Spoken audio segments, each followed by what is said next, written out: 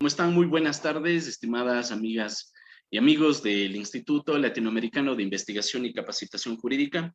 Sean todos ustedes bienvenidos a la segunda jornada, la clase número 2 del módulo 1 de este curso internacional de Derecho Procesal Constitucional. Les recordamos que los registros de asistencia y el enlace de esta clase ha sido enviado a los grupos de Telegram al grupo pues de Telegram que se llama Latin Juris Comunidad Académica Internacional. Aquellas personas que todavía no hayan o que no formen parte de este grupo, por favor, todas las ocasiones relacionadas con el desarrollo pues de este programa. En la sesión de hoy, me permito por favor compartirles mi pantalla, permítanme un segundo nada más. En la sesión de hoy tendremos la participación de 3 profesores. Se trata del doctor Teodoro Verdugo Silva, quien nos acompaña desde Ecuador. También nos acompañará la profesora Stephanie Montoya desde el hermano país de Perú, y también estará presente el doctor Marcelino González Garcete, quien es profesor de Paraguay y también director de Latin Juris en Paraguay. Bueno, tengo algún problema o mejor dicho, no ubico la imagen para compartirles, pero esto ya ha sido también enviado a los grupos de Telegram y compartido en la página de Facebook de Latin Juris. Ok, entonces, sin más, estimados participantes, a continuación le presento al doctor Teodoro Verdugo Silva, quien decía va a participar con la primera ponencia. El doctor Teodoro Verdugo Silva es abogado por la Universidad de Cuenca, es PhD en Ciencias Políticas por la Flaxo, tiene un diplomado y también una especialización en Derecho Constitucional por la Universidad Andina Simón Bolívar. Es docente de la Universidad de Cuenca, fue su decano hasta hace pocos días de la carrera de Derecho, de la Facultad de Jurisprudencia de la Universidad de Cuenca, y también es el director de Latin Juris para Ecuador. Estimado doctor Teodoro, muy buenas tardes, sea usted bienvenido y pues le cedemos la palabra. El tema que abordará el doctor será el precedente constitucional. Muchísimas gracias, estimado doctor Armijos.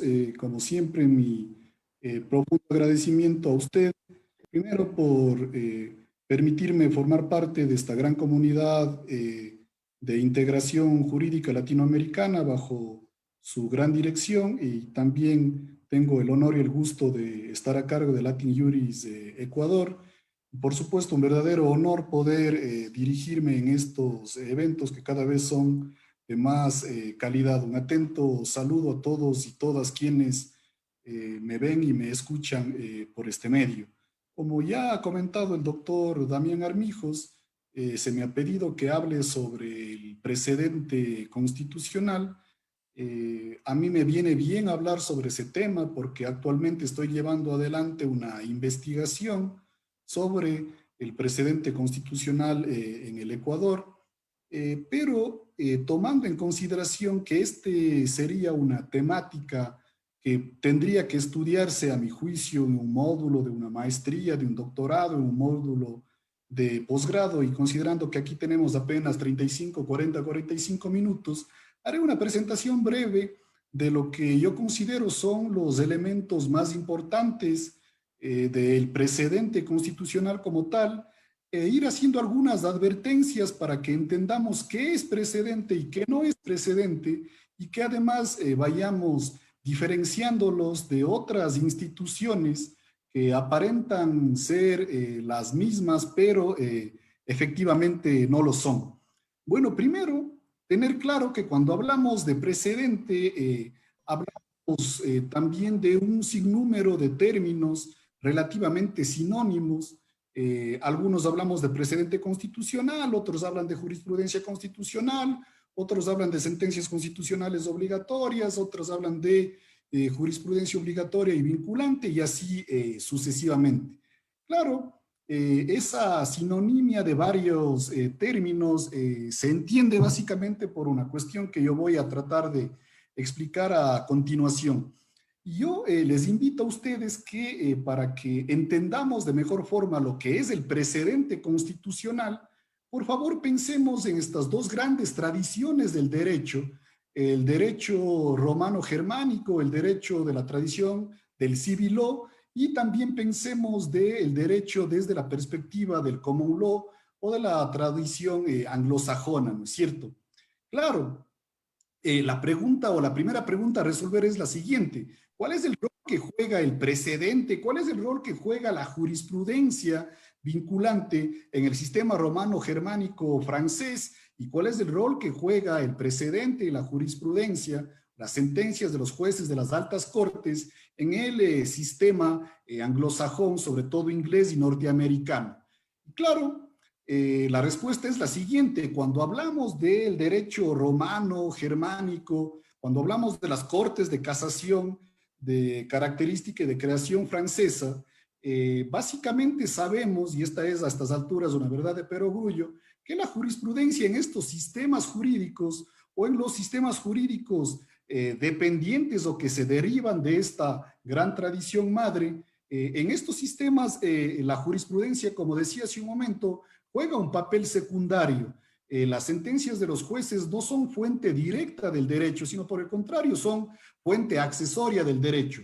Como ustedes saben, tradicionalmente la fuente de fuentes en este tipo de sistemas es la ley. Ahora, con la constitucionalización del derecho, podríamos decir que la Constitución como norma jurídica es la norma de normas y que ahora ya hablamos no solamente de un principio de legalidad, sino de un principio de constitucionalidad. Pero básicamente es un conjunto de normas codificadas las que terminan siendo el núcleo duro, el núcleo central y toral de un sistema jurídico.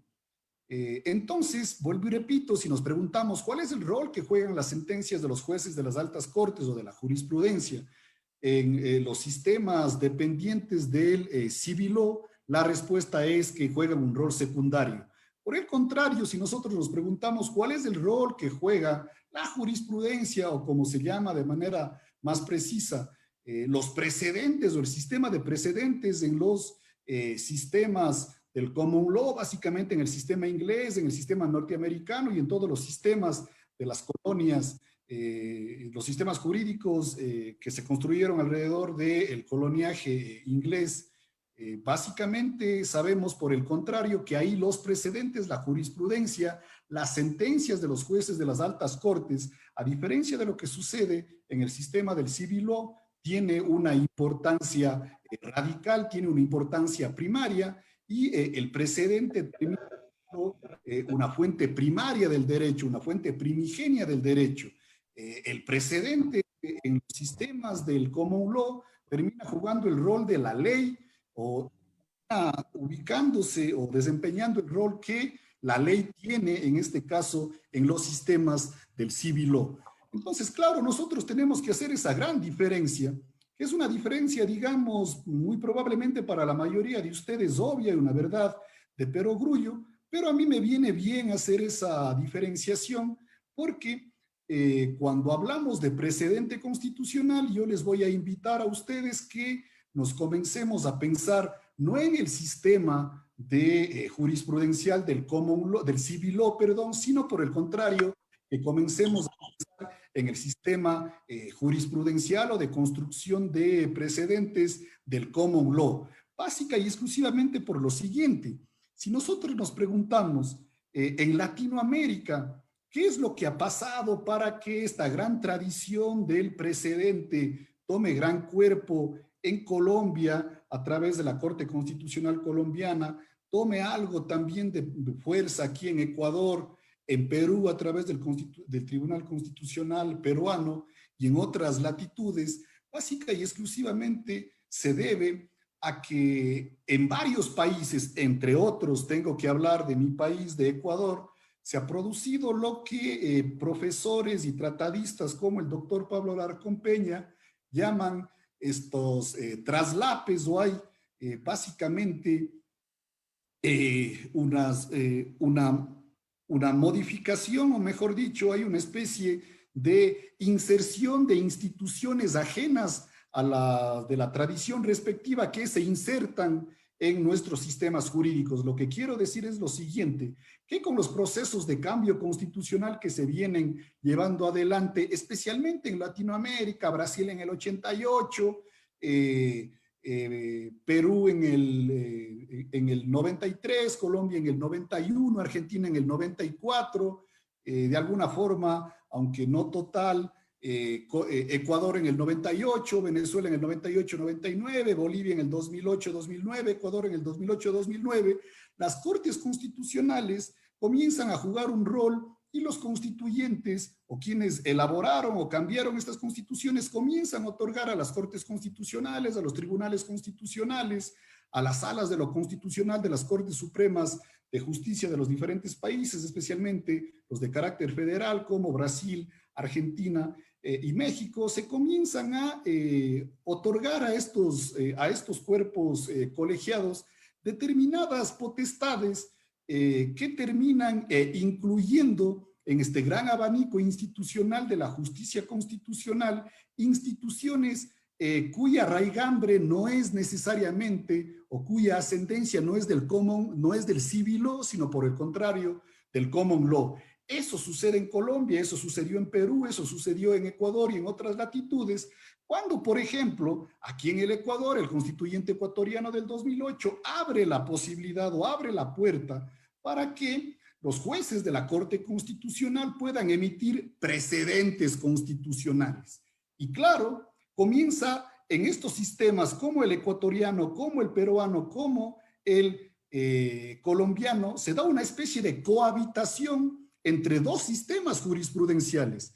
El sistema jurisprudencial característico de los sistemas del civil law y que básicamente dicen relación con esta idea de los fallos de triple, cuádruple o doble reiteración, y por otro lado, los fallos y la jurisprudencia bajo la lógica o influidos bajo la idea, en este caso, del common law, que es una sentencia se convierte inmediatamente en precedente o un precedente se convierte en tal sin que tenga que cursar por todo este movimiento, si cabe el término burocrático, de que una sentencia tiene que ratificarse de la misma forma como en el caso ecuatoriano en 3 ocasiones. Entonces, claro, para poder ubicar de manera prístina, de manera clara, lo que es el precedente constitucional, vuelvo y repito, diferenciar al precedente constitucional de los fallos de triple reiteración de las Cortes de Casación. Entonces, miren, ¿qué sucede en Colombia, por ejemplo? En Colombia hay 3 grandes, digamos, productores de sentencias. Por un lado tenemos la Corte Suprema Colombiana, por otro lado tenemos la Corte Constitucional Colombiana y por otro lado tenemos el Consejo de Estado.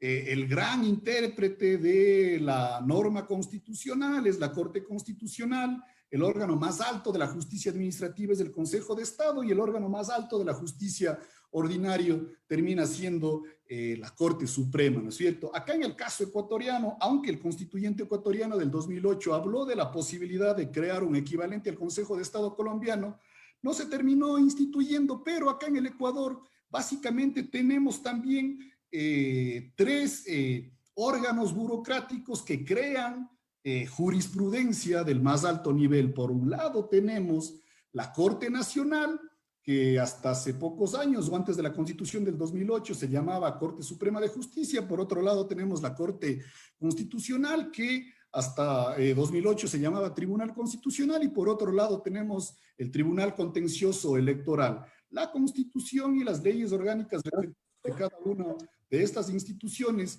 abre la puerta o permite que estos órganos que he acabado de mencionar y que están relacionados acá con nuestro país, el Ecuador, produzcan precedentes, o mejor dicho, produzcan jurisprudencia. Pero la jurisprudencia que crea cada uno de estos órganos es muy diferente. Por ejemplo, aquí retomo lo que había comentado hace un momento. Si yo les pregunto a ustedes, qué debe suceder en la Corte Nacional de Justicia, en las Cortes de Casación, inspiradas en estas grandes Cortes de Casación de corte francés, para que se produzca una sentencia que tenga determinados efectos de obligatoriedad. Tiene que suceder que tres salas, de manera no necesariamente consecutiva, pero sí en diferentes momentos, tengan que fallar de la misma forma de la misma forma durante tres ocasiones sobre el mismo punto de derecho. Y en el caso ecuatoriano tiene que reunirse el Pleno de la Corte Nacional de Justicia para darle el carácter de jurisprudencia vinculante a esa sentencia.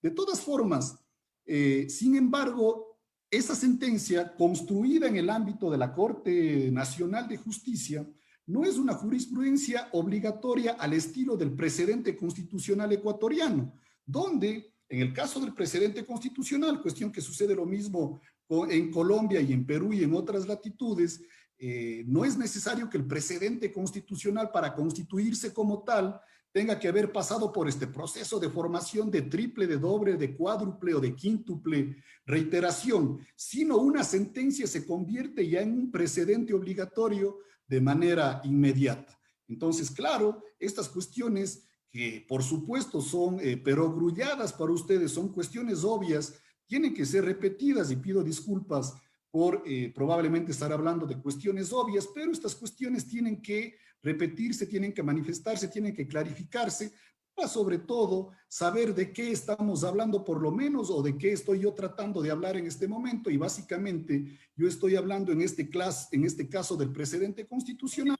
entendiendo al precedente constitucional una institución,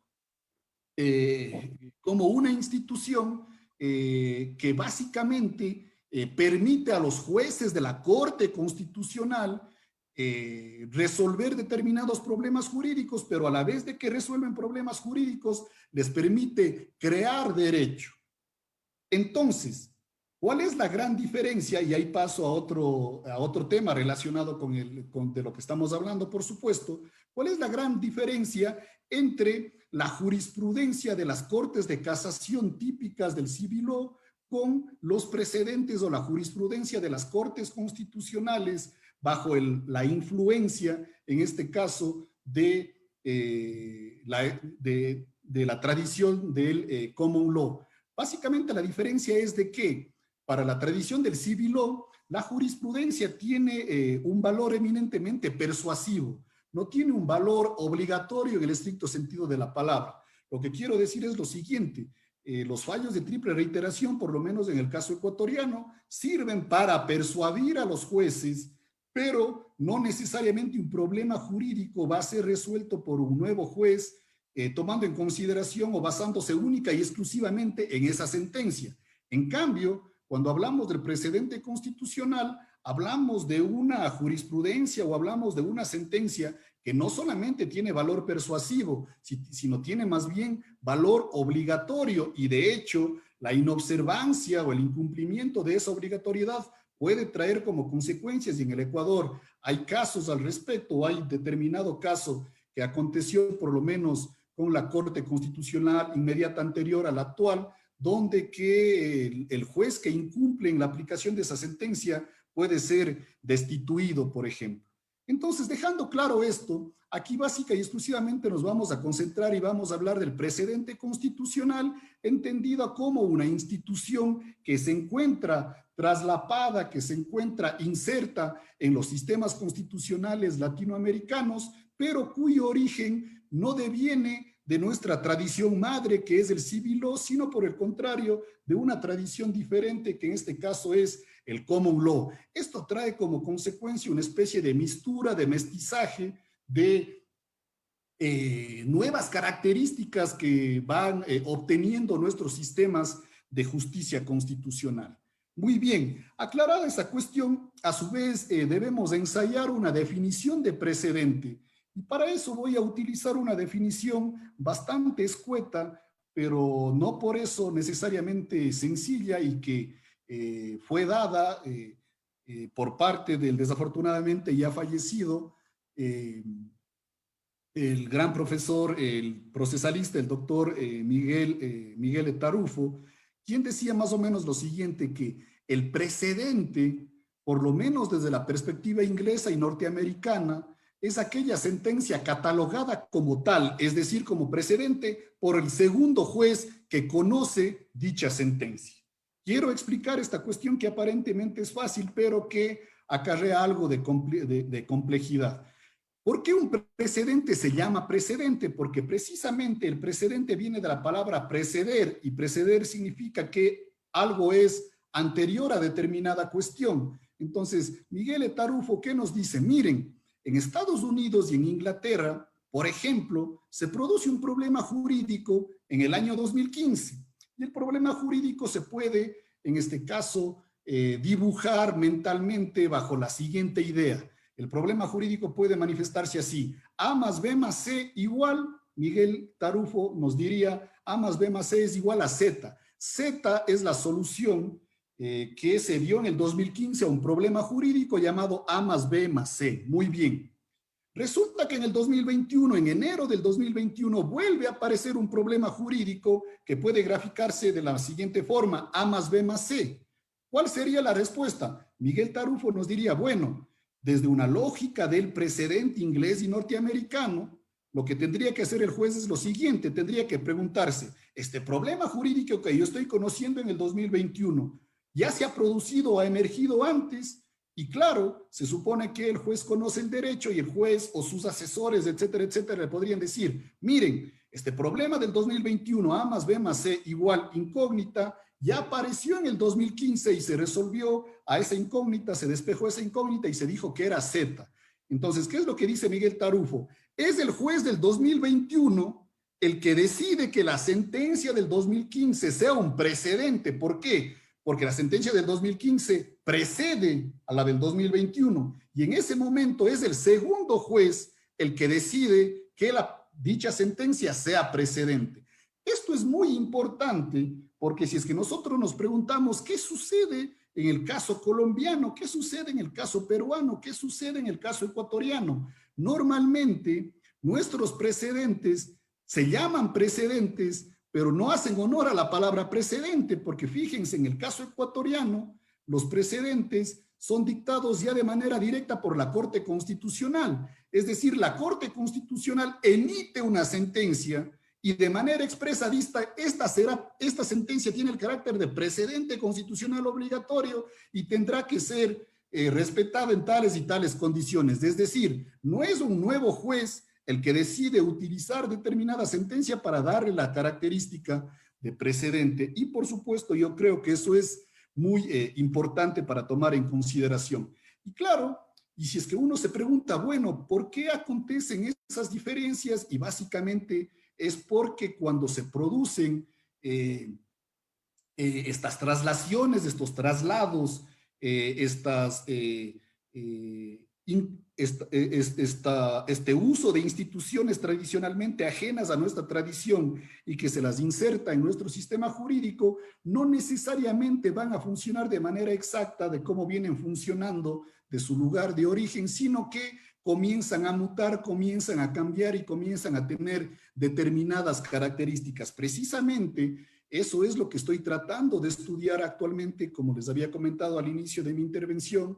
Acá en el caso ecuatoriano, yo quiero saber cuál es la naturaleza del precedente constitucional y para eso estoy leyendo el diario de debates de la Asamblea Constituyente del 2008, el diario de debates de la Asamblea Constituyente del 98, estoy leyendo el diario de debates de la Ley Orgánica de Garantías Jurisdiccionales, que es el equivalente al Código Procesal constitucional peruano o a las normas procesales constitucionales colombianas o de cualquier otro país.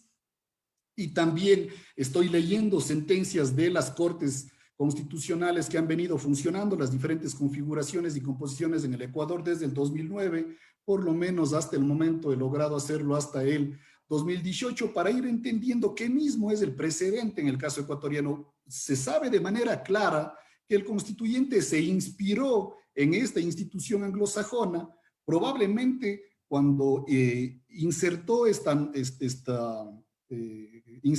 institución en nuestro sistema jurídico, pensó que iba a funcionar de determinada forma, pero está funcionando de una forma muy diferente, y lo mismo sucede en otras latitudes, como las que he mencionado, básicamente Colombia y Perú. Digo esto porque cuando yo he hecho un estado del arte sobre la producción académica, sobre el precedente constitucional, tengo que comentar y tengo que admitir que el país que más literatura académica ha producido sobre este tema es Colombia. En Colombia se ha escrito mucho sobre el precedente constitucional, diferentes problematizaciones, como les dije hace un momento, el precedente administrativo, el precedente de la justicia ordinaria, es decir, hay una cuestión bastante compleja en cuanto a producción en Colombia. Otro país donde se ha escrito de manera relativamente decente también sobre el precedente, también es en Perú, en México, menos en Chile, algo en Argentina, pero básicamente el país donde más se ha producido sobre el precedente es Colombia. Y una de las razones por las que yo he decidido estudiar el precedente es porque desafortunadamente aquí en el Ecuador el precedente como tema de investigación jurídica es un tema cuasi virgen. Se ha escrito muy poco al respecto. El propio doctor Armijos, le he escuchado y cada vez que puedo sigo escuchando sus conferencias sobre el precedente, precisamente para entender de mejor forma, y él probablemente me dará la razón que cuando ha buscado bibliografía sobre el precedente en el caso ecuatoriano hay muy poca. Lo mejor que se ha producido hasta el momento es una tesis de doctorado de la doctora Pamela Aguirre Castro. Algo también hay una tesis de maestría de un doctor Basante, también el muy conocido doctor el doctor Ávila Linzán también ha escrito algo en su tesis de maestría, pero falta mucho, o todavía es un territorio no necesariamente inexplorado, pero sobre el que se podría decir todavía mucho. Hay muchas preguntas de investigación que podrían ser resueltas y que giran alrededor precisamente del precedente. Muy bien, una cuestión que es clara y que definitivamente tenemos que mencionarla es cuando hablamos de precedente, ¿de qué mismo estamos hablando? ¿De la sentencia en su completitud o de una parte de la sentencia? Y claro, cuando hablamos ahí del precedente debemos entender de que las sentencias catalogadas como precedentes desde la lógica de la tradición del common law tienen que dividirse en dos grandes momentos o en dos grandes partes. Una parte de la sentencia llamada obiter dicta o dichos al pasar, y otra parte de la sentencia llamada la ratio decidendi o la razón de la decisión. Obviamente, debe estar claro que cuando hablamos de precedente o de la parte de la sentencia que es obligatoria y que tiene que ser obedecida, porque sí, en el caso de los precedentes, estamos hablando en este caso de la ratio decidendi, es decir, la ratio decidendi o la razón de la decisión es esa parte, es ese párrafo, o es, digamos, ese espacio o esa parte, valga la redundancia, de la sentencia, donde se resuelve un problema jurídico, donde se crea una regla jurídica por parte, en este caso ya no del legislador, sino por parte del juez, la que tiene que ser aplicada en otros casos similares bajo el principio de la analogía. Aquí les invito a que pensemos en la típica película norteamericana relacionada con problemas jurídicos donde se dan juicios en tribunales, etcétera, etcétera. Es muy común observar ahí cómo los problemas jurídicos se resuelven bajo la lógica del precedente, bajo el principio de la analogía. Es decir, si un problema en el 2016 que tenía tales características aparece en el 2021, lo que tiene que hacer el juez es verificar si es que el problema tiene las mismas características, si es que el problema jurídico es análogo y prácticamente exacto, y si es que es exacto, utilizo la solución dada en las sentencias precedentes para la nueva sentencia. Les invito a que recuerden una película que muy probablemente todos habrán visto y que se llama Tiempo de Matar o A Time to Kill, y si es que no la han visto, les invito a que la vean. Y recuerden ustedes cómo en determinado momento de la película aparece una actriz, en este caso un personaje que se especializaba en precedentes sobre asesinatos de niñas afrodescendientes, por ejemplo. Era precisamente para resolver este problema. Lo que ella trataba de buscar era un precedente que se acople a ese problema jurídico de esa película, que seguramente muchos recordarán. ¿Para qué? Para lograr la libertad de la persona respectiva. Entonces, eso es muy importante, pero por favor no nos olvidemos de estas dos grandes partes que constituyen o que componen a los precedentes, que es la obiter dicta, cuya traducción sería los dichos al pasar. Esas partes de la sentencia no son obligatorias, no pueden ser invocadas como obligatorias, y por otro lado, la ratio decidendi. Hasta ahí, aparentemente, no tendríamos ningún problema, pero desafortunadamente sí tenemos problemas al respecto. ¿Por qué? Porque si es que nosotros nos vamos a la literatura y a la teoría tradicional del precedente, tanto inglés como norteamericano, resulta que la teoría nos enseña que en las sentencias el juez no anuncia qué es ratio decidendi, el juez no anuncia qué es obiter dicta. Tiene que ser el nuevo juez el que al tomar determinado precedente y catalogarlo como tal, ubique cuál es la ratio decidendi.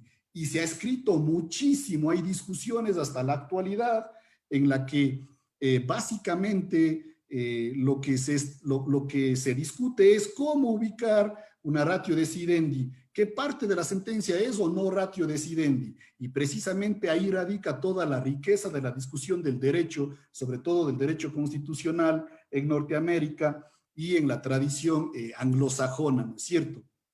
Ahora, si nosotros nos preguntamos, ¿qué sucede en el Ecuador, donde puedo dar más fe de lo que acontece? Resulta que acá en el Ecuador la Corte Constitucional ecuatoriana ha resuelto ese problema de la siguiente forma. Es la propia Corte Constitucional la que de antemano anuncia y ubica de manera exacta cuál es la razón de la decisión y por lo tanto, al establecer cuál es la razón de la decisión o la ratio decidendi de la sentencia, todo lo demás se convierte en obiter dicta o dichos al pasar, ¿no es cierto? Entonces miren, esa es la funcionalidad, si cabe el término, que ha terminado teniendo acá en el Ecuador esta incorporación o esta inserción de esta institución bastante extraña para el sistema constitucional ecuatoriano, pero que viene funcionando de alguna forma desde el 2008. He leído el diario de debates de la Asamblea Constituyente del 2008 y puedo decirte que el constituyente básicamente lo que quería es de que el precedente funcione a imagen y semejanza del precedente inglés y del precedente norteamericano, pero el tiempo ha terminado haciendo que funcione de una diferente forma, por obvias razones, porque siempre la estructura, la cultura jurídica de los operadores, de los abogados, de los jueces, considerando que nosotros respondemos a una tradición diferente, evidentemente esto trae como consecuencia que este tipo de instituciones tengan otra forma y otro desempeño. Para terminar, ¿qué está sucediendo a grandes rasgos en Latinoamérica? Y con su permiso me permito también hablar del Ecuador con la idea del precedente. Tendríamos que decir que lo ideal en el ámbito del precedente es de que en determinado momento comencemos a litigar basándonos única y exclusivamente en precedentes, es decir, que vayamos a una corte, que planteemos un problema jurídico, que ubiquemos una solución al problema jurídico en determinada sentencia y que digamos, mire señor juez, esta sentencia o este problema jurídico ya apareció en determinado momento y en determinado momento se resolvió de tal forma, vuélvase a resolver de tal forma. Y si es que no corresponde así, traería como consecuencia también este otro principio relacionado con el precedente, tocaría el distinguir entre las sentencias y así sucesivamente. ¿Qué está pasando? ¿O cuál es el país que más ha avanzado, por lo que he podido leer, obviamente, en Latinoamérica sobre el litigio en el ámbito constitucional, sobre todo desde la perspectiva del precedente? El país es Colombia. Y claro, hay una correlación entre mayor producción de literatura académica y un cambio también en la cultura jurídica, en este caso del litigio desde la lógica del precedente. De hecho, ustedes muy probablemente habrán leído el doctor Diego López Medina, que se llama El derecho de los jueces. Este libro, que ya tiene algunos años, ya uno observa cómo en Colombia no solamente que se hablan de precedentes, hablan de líneas jurisprudenciales, se hablan de sublíneas, de familias de sentencias, cuestiones que desafortunadamente acá en el Ecuador, por lo menos, todavía no se han construido. Ya vamos 10 años en este caso con esta tradición. Yo creo que en el ámbito de la lógica del precedente acá en el ámbito ecuatoriano, creo que vamos con retraso, entre otras cuestiones porque las diferentes composiciones de jueces que han conformado a la Corte Constitucional Ecuatoriana han ido entendiendo de diferente forma el precedente, no han tenido una visión institucional. Lo que quiero decir es que la actual Corte Constitucional no entiende como precedente lo mismo que entendía la inmediata anterior Corte o como entendía al precedente la Corte o el Tribunal Constitucional para el periodo de transición.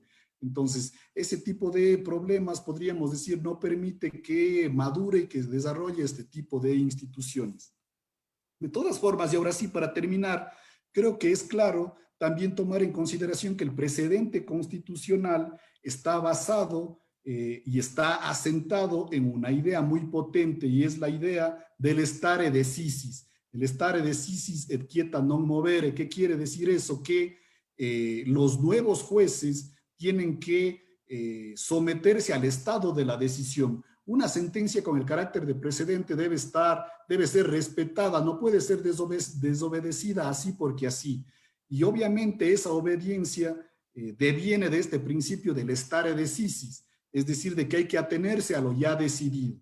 Evidentemente, este es un principio muy potente, pero no necesariamente absoluto, porque claro, así como el cambio irresponsable de líneas jurisprudenciales o de precedentes no le hace bien a una institución, también la petrificación de una sentencia o de una línea jurisprudencial también le va a hacer mucho daño al desarrollo de un sistema jurídico constitucional.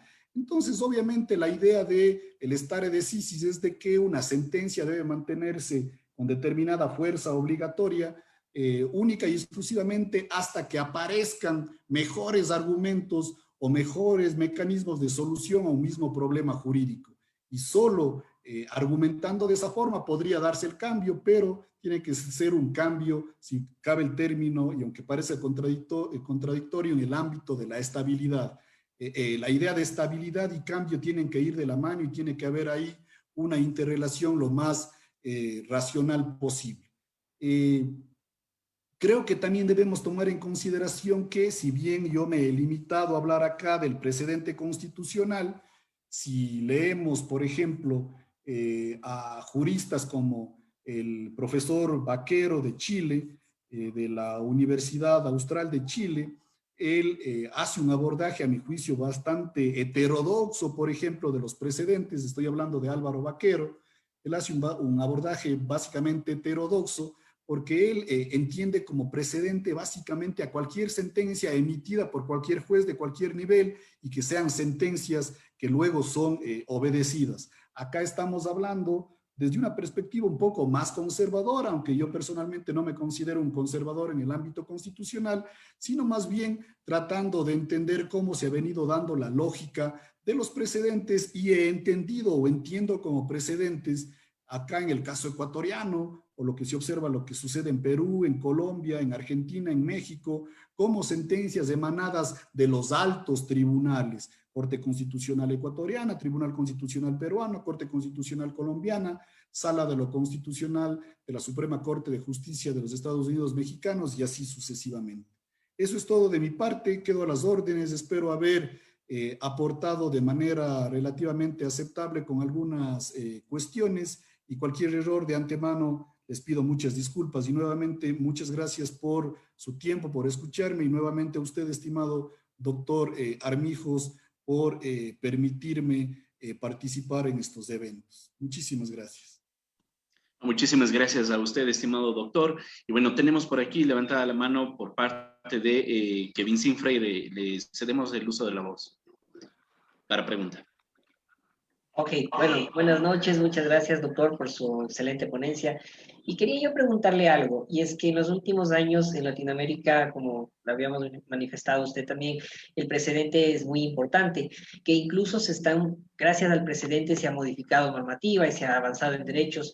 Podríamos hablar que ya no estaríamos asistiendo propiamente a un derecho en el sistema jurídico latino, en el cual rige solo la ley, sino que ahora ya vamos a tener precedentes jurisprudenciales y estamos pareciéndonos ya al sistema anglosajón, que claro, tienen otra lógica, pero que usted considera que en el futuro podríamos hablar ya de no un sistema latino rígido, sino un sistema mixto en el cual la ley y la jurisprudencia, incluso, ¿por qué no decirlo? Me atrevo a poner esto en contexto, que la jurisprudencia pueda llegar a tener más validez y más eficacia que la misma norma. ¿Cómo usted consideraría este escenario? ¿Sería mejor o tal vez perjudicaría al desarrollo del derecho? Muchas gracias y felicitaciones por la ponencia.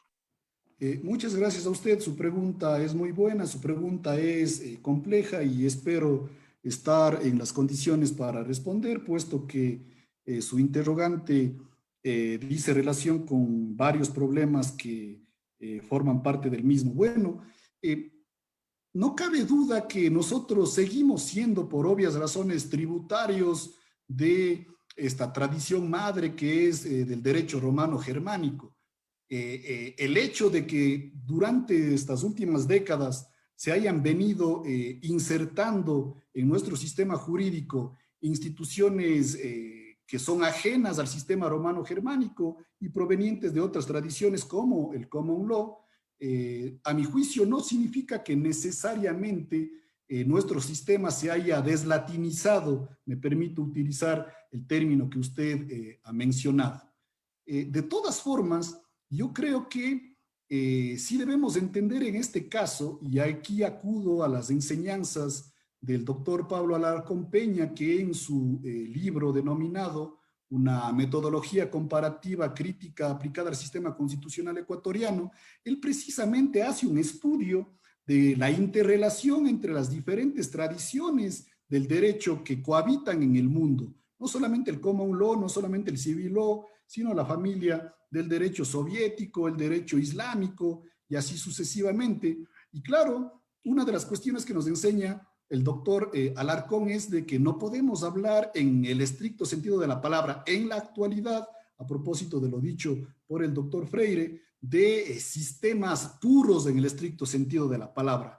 Hay una interrelación y por lo tanto una influencia mutua. Muy probablemente, algunas características del common law, del civil law, probablemente se habrán terminado insertando en la lógica de la tradición, por ejemplo, norteamericana. Y de hecho, si nosotros estudiamos en estricto sentido cómo funciona la lógica de los sistemas jurídicos norteamericano-estadounidense, usted ve ahí que se da una mezcla entre algunas características propias del civil law y otras características propias del common law. Para muestra basta un botón y no me voy a alargar en eso porque no es el tema específico de este momento, pero fíjese, mientras Inglaterra no tiene una constitución en el estricto sentido de la palabra, en Estados Unidos tenemos una constitución y esa es una norma escrita que desde una perspectiva de tradición y de historia es creación o más bien es una idea que proviene de la tradición del civil law y está cohabitando con la idea también de los precedentes, ¿no es cierto? Entonces, ese sería un ejemplo que nos permitiría sostener lo que había dicho hace un momento. No podríamos hablar ni de anglosajón, de que un sistema se ha vuelto anglosajón en el estricto sentido, se ha latinizado, se ha deslatinizado o ha dejado de ser anglosajón, pero hay una influencia mutua y precisamente si nosotros estudiamos lo que ha sucedido con el precedente en diferentes partes de Latinoamérica, vemos esa influencia con diferentes productos o con diferentes consecuencias en cada uno de los países. Pero a grandes rasgos, y con esto termino, ojalá esté respondiendo de manera relativamente decente, yo creo que lo que sí está claro es de que en las últimas décadas los jueces tienen más poder de lo que tenían hace 30, 40 años. Y claro, muy probablemente el juez de la Corte, los jueces colombianos tendrán determinada lógica, determinada actuación, en Perú tendrán otras características, los procesos de control constitucional y de interpretación del derecho tendrán determinadas características en Ecuador, etcétera, etcétera, pero algo que sí está claro es de que en todos los países actualmente los jueces tienen más poder de lo que tenían hace 30, hace 40 años, porque hace 30, hace 40 años seguía vigente todavía esa idea pura y dura tradicional, ya pasada de moda, si cabe el término, de que de que los jueces única y exclusivamente eran la boca de la ley, una especie de intérpretes mecánicos, y que la fuente de fuentes era única y exclusivamente la ley. Por supuesto que ayer tuvimos aquí en estas aulas virtuales nada más y nada menos que al doctor Gargarella, y todos conocemos que el doctor Gargarella, por ejemplo, refuta la posibilidad de que los jueces puedan crear derecho, o él no está de acuerdo con los poderes actuales que tienen los tribunales constitucionales, porque a su juicio ellos no tienen la legitimidad necesaria que en cambio sí tienen los parlamentos. Eso es una discusión y eso no lo vamos a resolver en 15, 20, 30 minutos, pero la discusión está ahí presente. Pero más allá de que estemos a favor y en contra, yo creo que es muy difícil negar el poder que han adquirido los jueces en la actualidad. Ahora, que eso esté bien, esté mal, esté funcionando o no esté funcionando, es otra cosa. Solamente en el caso ecuatoriano, y con eso termino, fíjese usted, si comparamos las potestades que tenía el Tribunal Constitucional según la Constitución del 98 con las potestades que tiene el Tribunal Constitucional según la Constitución del 2008, hay una diferencia amplísima. Actualmente nuestra Corte Constitucional es un órgano poderosísimo. Tanto es así que en el caso ecuatoriano, a diferencia de lo que sucede en otras latitudes, no responden políticamente ante el legislativo. Es un órgano al cual no se le puede hacer juicio político, por ejemplo. Entonces, en este país, si el legislativo le quiere hacer juicio político al presidente de la República, primero necesita del visto bueno de la Corte Constitucional. Si es que eso no demuestra que la Corte Constitucional o que los jueces actualmente son más poderosos que antes, digamos que significa que no estaríamos leyendo bien las cosas. En definitiva, más allá, estando de acuerdo con las menciones del doctor Freire, yo creo que antes de decantarnos de manera total por tal o cual cuestión, la latinización, la deslatinización, etcétera, etcétera, yo creo que lo que está claro es de que los jueces actualmente tienen más poder. No sé si en los futuros cambios constitucionales se les siga dando más poderes o quién sabe venga una especie de una ola diferente en la que todos esos poderes retornen nuevamente al legislativo, no lo sé, pero la tendencia es de que los jueces cada vez tengan más potestades. Ustedes decidirán si está bien o mal y precisamente ahí está el campo de investigación para que más allá que nuestras adscripciones sean ideológicas o de mero querer o gusto, sea la investigación la que nos ayude a mirar si es que el poder que estamos otorgando a los jueces está dando buenos o malos resultados. Excelente, doctor. Muchísimas gracias por su ponencia. Y bueno, gracias pues, a ustedes, gracias a todos. Muchas gracias. Para mí es un honor. Perfecto. Igualmente, doctor, muy interesante este tema y a propósito, voy a hacer una pequeña cuña. Bueno, pues aquí no nos interesa conservar o proteger, digamos, o sacar alguna especie de beneficio de las editoriales, ¿no? Hay una obra muy interesante a propósito del presidente, aquí se las estoy mostrando, a ver por ahí, se llama Stare Indecisis, ¿sí? Claro. Es súper interesante de Saul Brenner y Harold Speed. Un poco lo que hacen ellos a través de esta publicación es analizar la conducta de los jueces y cómo a partir de una cuestión actitudinal hay un cambio de línea jurisprudencial, es decir, no necesariamente, digamos, cómo los jueces asumen un precedente considerando pues las razones expuestas previamente o cómo cambian o se alejan de un precedente en función de las razones, sino en función de sus propias ideologías. Y entonces, esto de alguna forma, pues, abona en lo que ha expuesto el doctor Teodoro Verdugo. Yo le agradezco muchísimo, doctor, por su participación y pues estaremos muy atentos a los resultados de su investigación.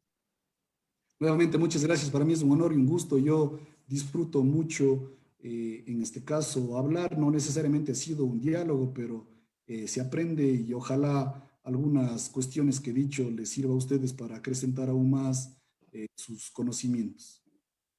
Perfecto, muchísimas gracias, doctor. Bien, y con todos ustedes, apreciados cursantes, seguimos con